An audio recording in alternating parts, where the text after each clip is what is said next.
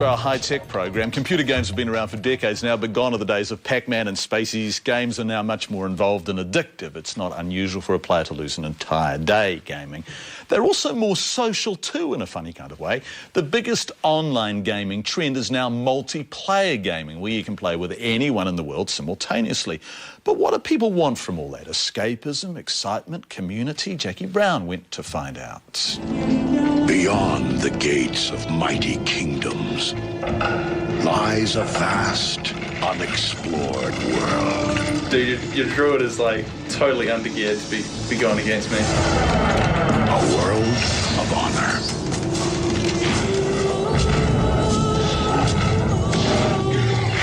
Dude, I got like plus 619 spell damage. How are you going to do against that? A world of danger.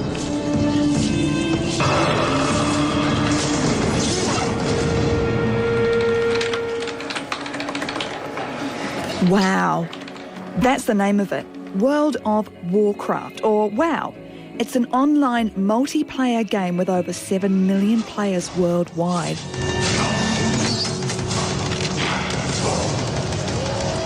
But really, wow. This isn't a computer game where you do a level, save, and then leave for dinner. It's a game that, according to many who play, if you're not careful, it will eat you. Can you understand why some people would be completely obsessed with this? Yeah.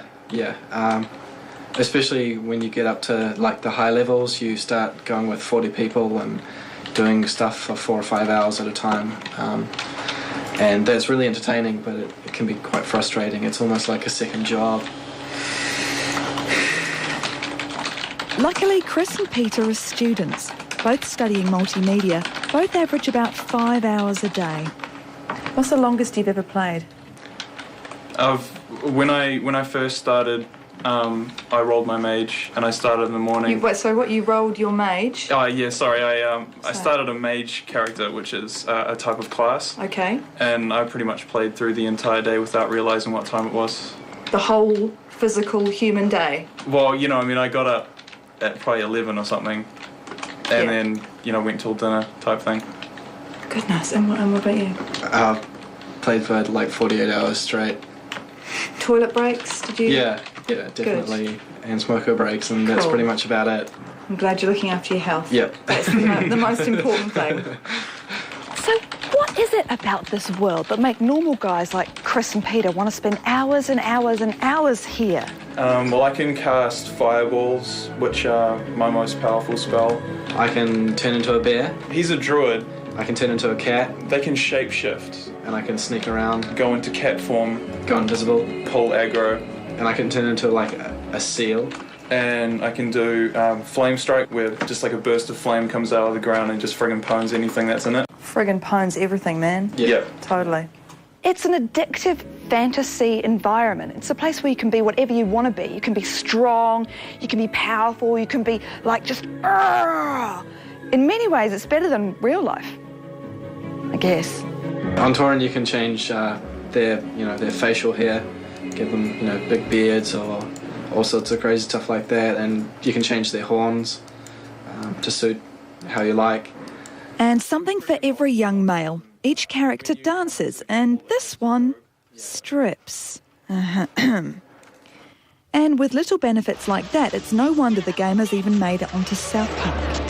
Looks like you're about to get pwned. Yeah! They did it! They killed him! They killed him! We can come out! Yes! Yeah! We did it, you guys. We're totally heroes. It's funny because it's true. But it's not all fun and games.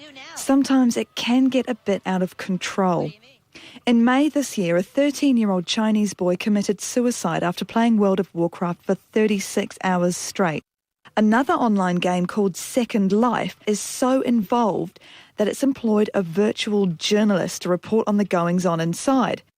In Australia, a gamer bought a piece of virtual land that exists only inside a game called Project Entropia for $26,500. And that's real money. There is so much happening online that it's easy to see how addictive it can be. But whether multiplayer online gaming is the way forward in business and entertainment, or a way to steal people's souls and rid them of their social skills, remains to be seen. But there is one good thing that's come out of it for Chris and Peter. I go through nowhere near as much alcohol now that I play WoW. Yeah, definitely. Jackie Brown reporting. Now, the more observant amongst you will have noticed that Jackie was talking to two young men, Chris and Peter. The typical profile of online gamers, right? Let's ask someone who's studied the long-term behaviour of the online community.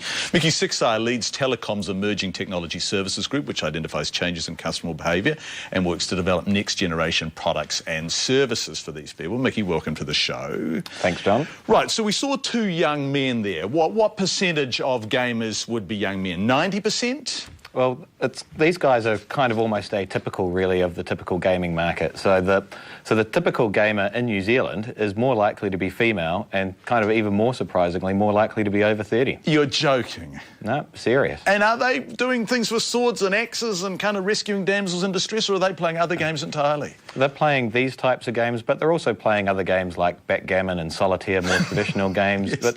But they get involved in these types of games in particular because they offer them something a bit more than your average game. As the guys were saying, what these games allow you to do is they allow you to choose what you look like and what your talents are. So it's almost like being able to take the cards that were dealt at birth and kind of going, actually, I'm going to take some new ones, thanks. OK, so let's try not to reinforce naff gender stereotyping here, but is it fair to say that women will be interested in slightly less violent games than men? Is that true? Absolutely, and the game studios get that, so that's why you've got games like Warcraft coming through, which actually involve a much more of a community element. They're much more creative. As the guys were saying, you end up building teams of people who go out and undertake quests. So they require real-world skills in terms of leadership and recruitment and those types of things. There's a paradox here, of course, and that is that you're sitting alone somewhere, probably playing this, and yet you are part of a community. Do people want to be part of a community? Is that why these games are becoming more popular? That's definitely one of the things that we observe. There is a real strong sense of community they get with this, and it's not to replace their existing communities. It's to augment them more than anything else. OK, can we talk about one of the things that I was interested in, the research that you provided us with, and that is that initially these games kind of existed in the margins. They were antisocial. There was a degree of anarchy about them or whatever. That's changing, isn't it? That's right. So exactly as you said, they existed on the margins. People kind of did their own thing. But when you've got an environment or a community with 7 million people in there, you need to start having some rules and regulations. And what we're seeing in Warcraft in particular is almost some loose forms of government emerging that are starting to help shape the day-to-day activities of people who are in that community. So your conduct is more likely to be consistent with the sort of conduct that you would behave in the community at large? Exactly, and so you end up being in these groups of, they call guilds of maybe hundreds of people, and if you don't meet the behaviour standards, you're on the outer. Right. So social ostracisation is going to occur? Oh, I wouldn't say that. It's more like the way that normal checks and balances happen in the real world. So these things aren't that far disconnected from the real world. Where to next, Mickey, do you think? Well, I think with these games, I mean, that sense of government, I think, is actually going to sort of become more and more almost entrenched, and you'll get some people who break away and start their own sort of new type of games, and I think that'll just cycle around and around and around. And all people are looking for here are new ways of entertainment that can get them more connected to people with similar interests. So I think we'll just see more of it. Emerging technology expert Mickey Sixeye, thanks very much indeed for your time, Mickey. Nice to talk to you. Cheers, John.